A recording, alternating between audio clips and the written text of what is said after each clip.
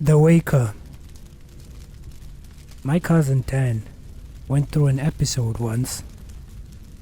It's weird talking about it, to be honest, especially seeing how he turned out in life. I guess a part of me always blamed myself for how he turned out. This is because I think I am the only one who could have actually saved him. I saw all the signs. I knew what was happening better than anybody else. But I didn't help. But at the same time, this happened many years ago. In fact, it was back when my father still worked at the factory, which closed down in 1998. So yes, it was a while back. At the time I was still doing primary school, and so I know that I can't be blamed for everything that happened with Dan. But as I said, I can't help but think I could have done more. We lived in a small suburb at the time. We had everything we needed within a hand reach away. The supermarket was just down the street. Walk the other way, and I'd make it to my school, and walk a little further, and you'd arrive at the park where we played as children. This was where I spent my childhood, very far away from the big cities where the rest of my extended family stayed. On that day, I was in the lounge room, trying to pry open a seed packet for my dad. It was raining outside, and I was so focused on my work, I hadn't bothered to turn on the lights. So there I am, trying to pry open this packet, when I hear a tapping sound at the door. At that moment, my head turned to the door. My parents were in their room, and I was the only one in the living room. So who could it have been? The person knocked again, and I called, asking who it was. They knocked harder, and I decided that I would not be opening the door to someone who didn't answer. So I went to call my father. He'd been sleeping, and he was furious when I woke him. He huffed as he went to the door, and I knew I was going to get it when he was done with the person at the door. I remember standing by the hallway as he grabbed the door and swung it open. His tightened shoulders immediately went slack, and that confused me. I asked who it was, and he stepped aside. I remember not being sure if I was seeing what I thought I was seeing. It was my cousin, Dan. He was soaking wet, and he was leaning over on the door, barely able to hold himself up while shivering very hard. But what was really shocking to me was the fact that he was here at all, because Dan lived 300 miles away from me. After we got him in a blanket and my mother made him coffee, my father went outside to look for his sister. But when he came back, Dan finally told that they weren't here. Dan wouldn't say, though, how he managed to reach us, no matter how we asked, and his eyes seemed almost glazed over. A number of times we asked him something, and he simply didn't respond. But he would catch himself and look up to check if someone was speaking, so the question would be repeated, and he'd answer with an apology. Seeing that there was something clearly wrong with him, my father called my aunt, which is terrible, because the two always end up laughing and talking about their uncle and father whenever they call each other. My father only came over once with his hand over the phone microphone and told Dan, "Don't worry, your parents are going to come pick you up next week, son." And then he left to the room, phone in his ear and laughing. And so, I had to live with my cousin. For a while, it seemed like nothing could go wrong. But then, I went to school a few days later. I'd been sitting in class and trying to sleep on my desk when I heard my classmates talking about a break-in that occurred in one of the houses of the girls in my class. It was news throughout the whole school, and while I don't normally heed these, I heard a conversation between the victim and her friends, which made me pause. I turned around and asked her to repeat what she said. She was confused, but she told me again that the guy who broke in had long black hair and was wearing a navy beanie. I only knew one guy who fit that description. I don't remember what Dan was doing when I arrived in my room, but I remember the look of shock on his face when I slammed the table. I asked him why did he break into that girl's house. I'd expected him to lie, to feign ignorance. Instead, the surprise on his face slowly changed. It changed into sadness, and he put his face in his hands, and he cried. He cried and begged me. He begged I don't tell my father. I asked if he'd take back the things, feeling pity for him now, and he looked up at me, his face confused. "What things?" he asked. I told him the things he took from that house. Or did he not take anything? He then smiled and said, "Oh, those things." He said yes, he'd take them back. I asked him to promise me, and he did. And I thought that was the end of it, until later that night.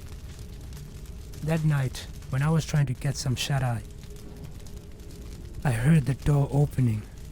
I thought it was just the wind, and I stayed sleeping for a while. But then, as I turned on my bed, I saw something shine in my eyes. I looked up to see a white dot.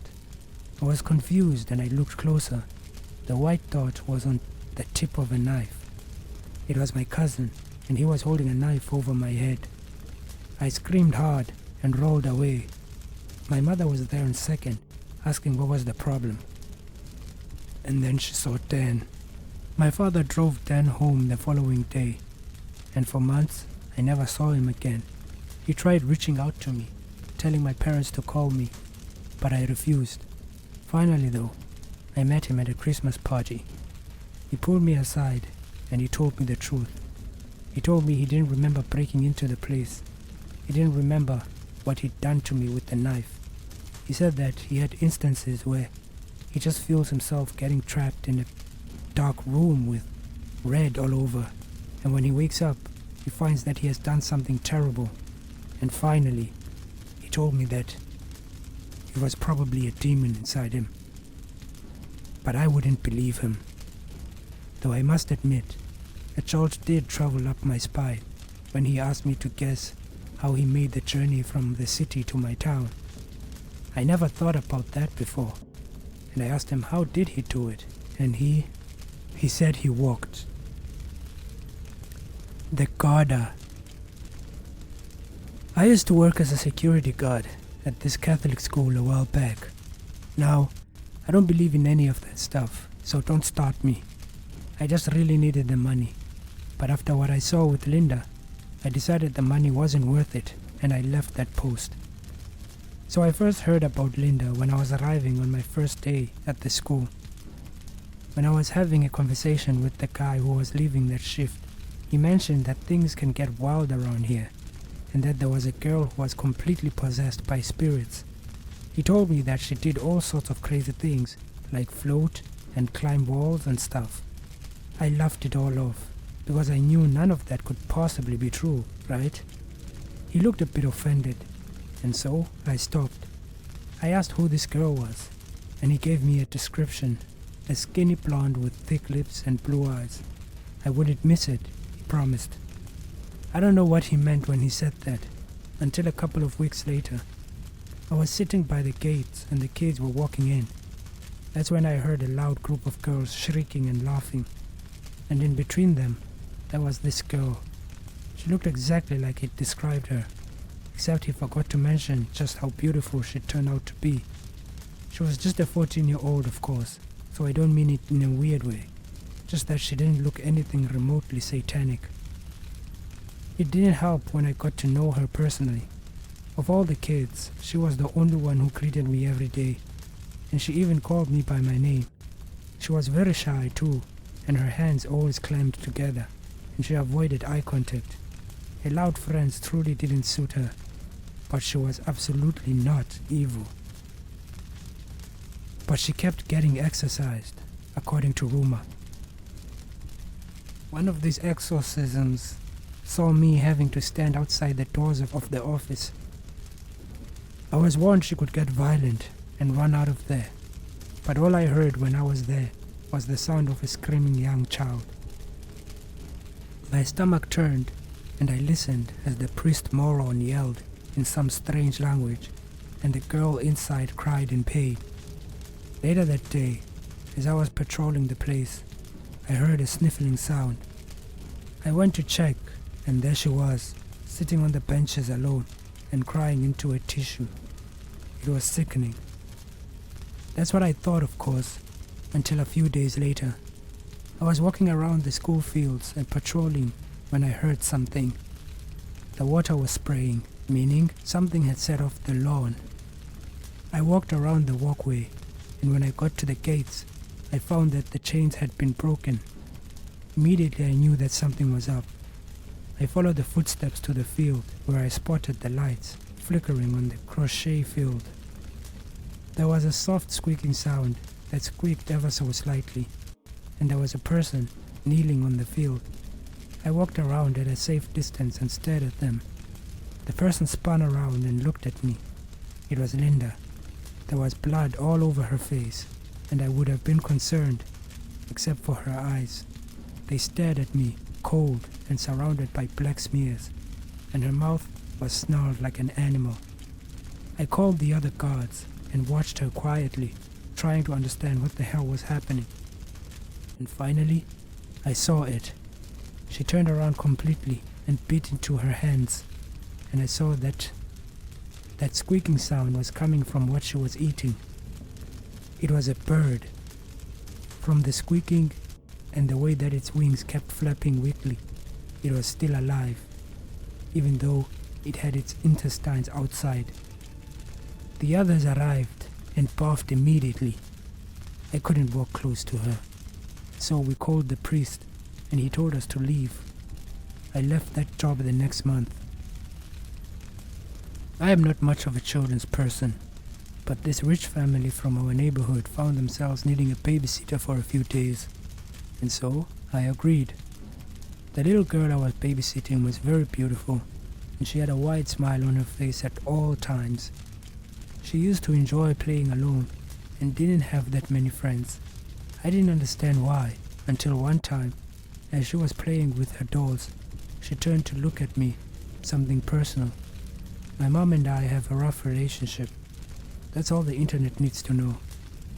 But what was crazy was how accurate her guess was. I asked her how she knew that. She responded with a question. She asked me, "Is your soul pure?"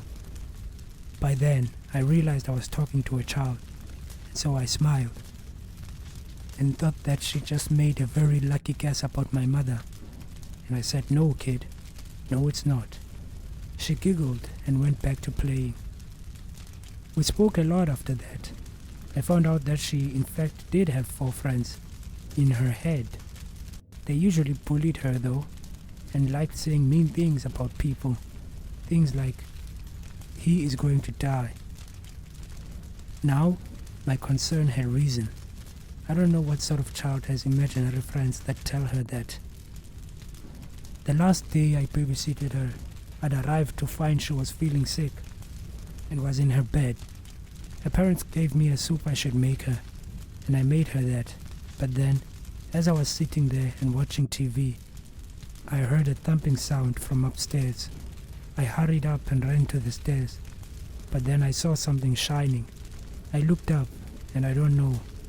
Maybe it was just the TV light, or maybe it was just my imagination filling in the facts.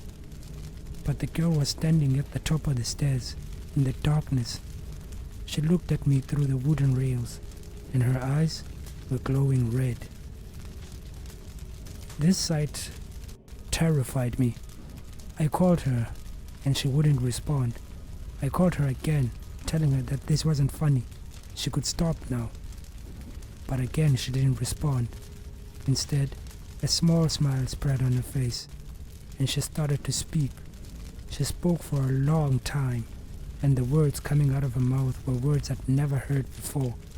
And to make things worse, her voice definitely sounded deeper. I screamed at her to stop it, but by the way my voice was shaking, I knew that I was terrified. However, she stopped, only to lean in and show all her teeth, and then say, "Therefore, your soul will be ours." I left that very night. Later in the night, the parents arrived and they found their daughter sleeping in the hallway, and thankfully, they fired me.